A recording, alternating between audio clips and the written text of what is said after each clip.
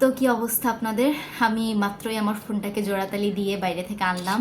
আর যেহেতু 8টা বাজে আপলোড দেওয়ার কথা, কিন্তু আমি মাত্রই ভিডিও করছি, তো একটু পরে আপলোড দিব আর কি। করা শেষ হলে হয়তো 10টা বা তার বেশি বেজে যাবে। যাই হোক, যেহেতু কোনো মাইক্রোফোন নেই তাই রিভিউ করতে পারছি না, কিন্তু মুখ দিয়ে চলে আসছে যে রিভিউ করতে এসেছি, এই অবস্থা। তো যাই হোক, আজকে আপনাদেরকে আমি আমার সংগ্রহের কিছু ছোট ছোট কিউট সাইজের বই দেখাবো।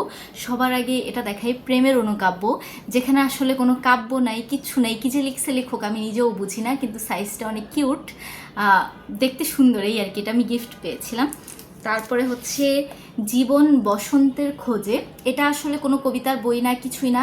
এটা হচ্ছে একটা বই এমন যে লেখকের মন চাইলো ফেসবুকের স্ট্যাটাস টাইপ কিছু, বা হচ্ছে মানে হয় না যে আমার 2-3 লাইন লিখতে মন চাইলো আমি এরকম লিখলাম, বাট ভেতরে 2-4 লাইন আছে যেগুলো হচ্ছে পড়ে ভালো লেগেছে আর কি। ওভারঅল অত আহামরি কিছু না। তারপর হচ্ছে নিমগ্ন দুপুরের স্বল্প দৈর্ঘ্য গল্প। এটা সুন্দর আছে, সুন্দর আছে বলতে কি দেখতে অনেক সুন্দর, এবং ভিতরে এটার ছোট ছোট কয়েকটা কবিতা আছে, পুরোটাই ছোট ছোট কবিতা লাইনের এরকম মতো আর কি।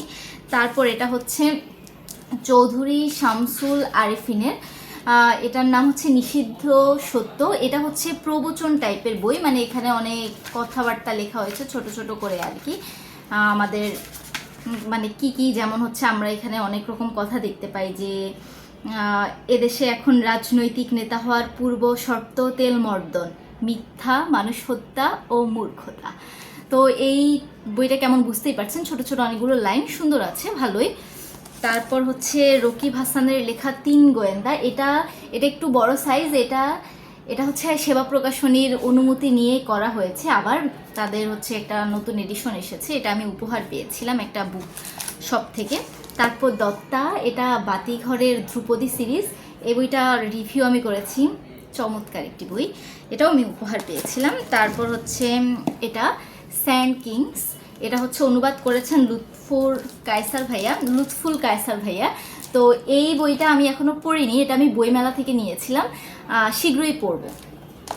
তারপর হচ্ছে এই যে অবগুণ্ঠন সাখাওয়াত হোসেনের, এই বইটা আমি পড়েছি, রিভিউ করেছি, খুবই চমৎকার একটি বই, সাইজটা খুবই সুন্দর। তারপর এই যে এই বইটা, এটার নাম হচ্ছে তুমি খুঁজো যারে সেও খুঁজিচ্ছে তোমারে।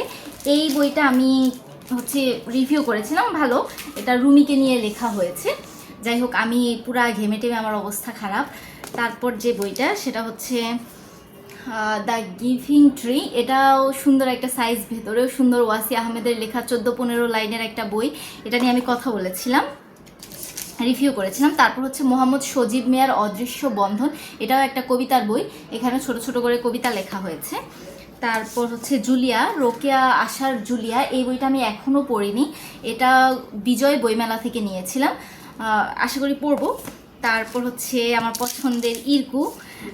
ইরকু হচ্ছে তৌফির হাসান উর রাকিব, তো ওনার বই। এই বইটা আমি রিভিউ করেছি, ছোট বাচ্চাদের জন্য চমৎকার একটি বই। তারপর হচ্ছে আমার খুবই খুবই খুবই পছন্দের একটি বই, কফি শপ। এই বইটা আমি কখন পড়েছিলাম, মেবি 9-10 বা তার আগে। এটা খুবই সুন্দর একটা বই।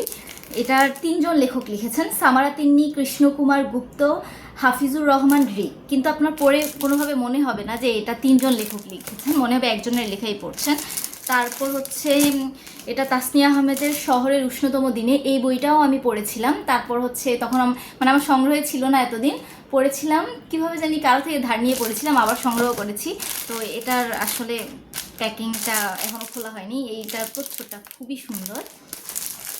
তারপর হচ্ছে এই যেটা, এটাও তৌফির হাসানুর রাকিবের সম্পাদিত হিটম্যান। এখানে অনেকগুলো অনুবাদ গল্প রয়েছে, সুন্দর। আমি এই বইটা পড়েছি, কিন্তু কেন জানি রিভিউ দেওয়া হয়নি। সুন্দর সুন্দর অনুবাদ গল্প রয়েছে, অনেকে মিলে অনুবাদ করেছে। তারপর হচ্ছে মাহমুদ হোসাইনের যেটুকু রয়ে যায়। এই বইটার দ্বিতীয় পার্টের অপেক্ষায় আছি আমি, আশা করি দ্বিতীয় পার্ট শীঘ্রই আসবে। বইটার প্রথম দিকটা একটু স্লো স্লো লাগলেও লাস্টে এসে এত টুইস্ট টার্নিং পয়েন্ট এসেছে, এটা আমি রিভিউ করেছি, আপনারা চাইলে এটা ডিটেলস রিভিউ দেখতে পারেন। তো এটার দ্বিতীয় পার্টের অপেক্ষায় আছি, কারণ ওখানে একটু ইন্টারেস্টিং কিছু পাবো মনে হচ্ছে, এরকম আর কি। তো যাই হোক, এই হচ্ছে আমার সংগ্রহে থাকা কিউট কিউট সাইজের কতগুলো বই। এগুলো আই পড়িস না। এগুলো খুবই ছোট ছোট সাইজ, মানে এগুলো আপনি যখন হাতে নেবেন না তখন বুঝতে পারবেন খুবই ছোট ছোট সাইজের। আরও কিছু ছোট সাইজের বই আমার কাছে আছে, কিন্তু ওগুলো কয়েকজন পড়তে নিয়েছে, তাই আমি ওই বইগুলো দেখাতে পারছি না। পরবর্তীতে কখন আমি ওই বইগুলো দেখাবো। আমি মাত্রই বাইরে থেকে আসছি, তো আমার অবস্থা একদম কেমন কেমন জানি। যাই হোক, তারপরে ভিডিও দিতে হবে, এই জন্য দিচ্ছি। আর সাউন্ডের কথা তো বলে লাভ নেই, দেখি একটা মাইক্রোফোন শীঘ্রই কিনতে হবে। তো আজকে এই পর্যন্তই। ভালো থাকুন, সুস্থ থাকুন, বেশি বেশি বই পড়ুন। আল্লাহ হাফেজ।